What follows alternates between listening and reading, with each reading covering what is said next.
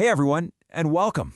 Have you ever wondered what really goes on in a beginner's yoga session? Well, today we're going to break it all down to the absolute essentials. We're going to look at the what, the how, and maybe most importantly, the why behind a simple practice that you can use to bring a little more health and harmony into your life. This entire journey really boils down to one single powerful question. How do we make both our body and our mind healthy? It's so much more than just physical fitness, right? It's about that holistic well-being. And that's really the goal we're going to be working towards together today. All right, so let's get right into it. The first thing to know is that every single yoga practice doesn't start with some complicated pretzel-like pose. Nope, it starts with a simple intention. It's all about making that conscious connection between your mind and your body before you even start moving. So the setup here is super straightforward, but honestly, it's so important. First up, just find a comfy way to sit. The main thing is to keep your spine nice and straight, but let those shoulders totally relax. Then you're going to place your hands on your knees, touching your thumb and index finger together. That's called Chin Mudra, and it's a little gesture that's said to really help you focus. And finally, just close your eyes and start to notice the rhythm of your own breathing. Okay, now to really dial in that focus, the practice often kicks off with chanting Om 3 times. You can think of it like this. That sound vibration is just a tool to help quiet all the noise from the outside world and let you tune into your own internal frequency. It just sets this really calm, clear tone for everything that's about to come. All right, before we jump into the main poses, we've got to get the body ready. A good warm-up is, well, it's absolutely non-negotiable. It's what gently wakes up your muscles, and honestly, it's your best friend when it comes to preventing injuries. So, our main warm-up move is something you might have heard of. It's the cat-cow pose, or Marjariasana. And look, this isn't about getting into some difficult position and holding it. Not at all. It's a really gentle, flowing movement. I love the idea of thinking of it as the perfect way to say good morning to your spine, getting it all ready for what's next. And this really shows you the heart of the movement. It's all about syncing up with your breath. So as you breathe in, you arch your back and lift your head up. Then, as you breathe out, you round your spine and tuck your chin to your chest. It's that simple back and forth that gets the whole spine moving and feeling good. And this is where we get a really personal story from the instructor. She shares that after having her baby, yoga was what helped her feel both relaxed and energized, which, you can imagine, was key to handling all those new responsibilities. It's just such a powerful reminder that this practice isn't just about making shapes on a mat. It has a real impact on her actual life. Okay, the body's warmed up, so now we're ready to get into the main event. This next part is all about building that solid foundation. We're talking both physical strength and that all-important mental balance. First up, we have Trikonasana. You probably know it as triangle pose. And yeah, it gets its name because your body literally makes a triangle. It's a total classic, a standing pose that's just so incredibly efficient because it works so many different parts of your body all at the same time. So what's it actually doing for you?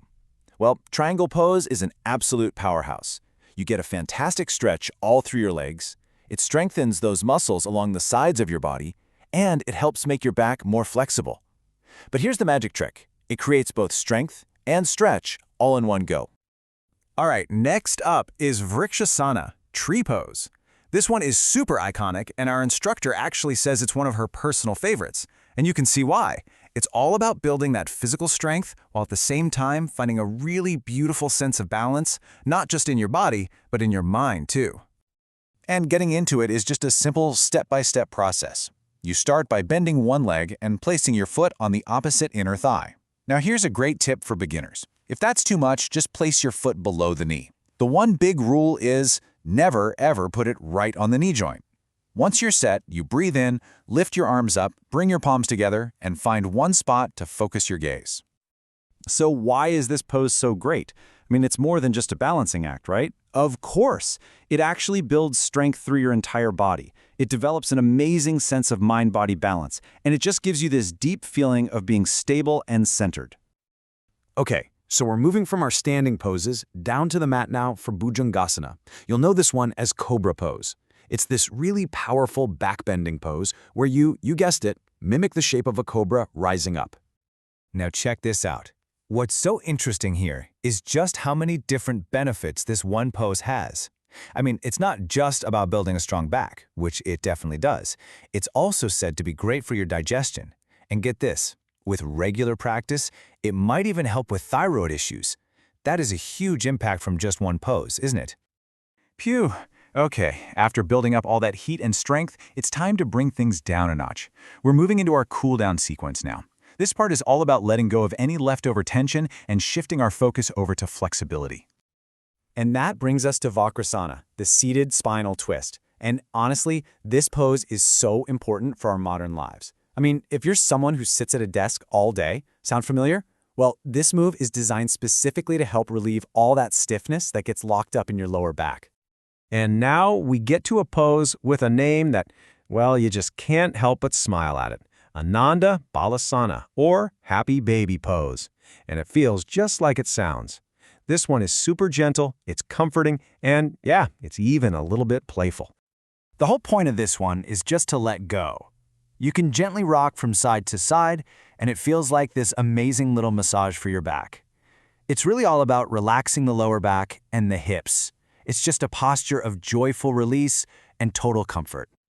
And so, we've arrived at the end of our practice. And you know, this is the final part, but it's also what so many people believe is the single most important part of the entire session. This is where we get into complete integration and deep, deep rest. This is Shavasana, or corpse pose. Yeah, I know, it might look like you're just lying there, but our guide really emphasizes that this is the most critical piece of the puzzle. This is the moment where your body and your mind finally get to completely let go and soak up all the benefits from the work you just put in. So, to wrap up the session, you gently start to wake your body back up with some small movements, and then you come back up to a comfortable seat. You take a quiet moment here for a little bit of gratitude, and then you seal the whole practice with one final unifying Om. And this final question, this really gets to the heart of everything we've talked about. See, the practice doesn't really end when you roll up your mat. The real question is this: after finding all this calm and focus and strength, what part of it are you going to carry with you off the mat and into the rest of your day?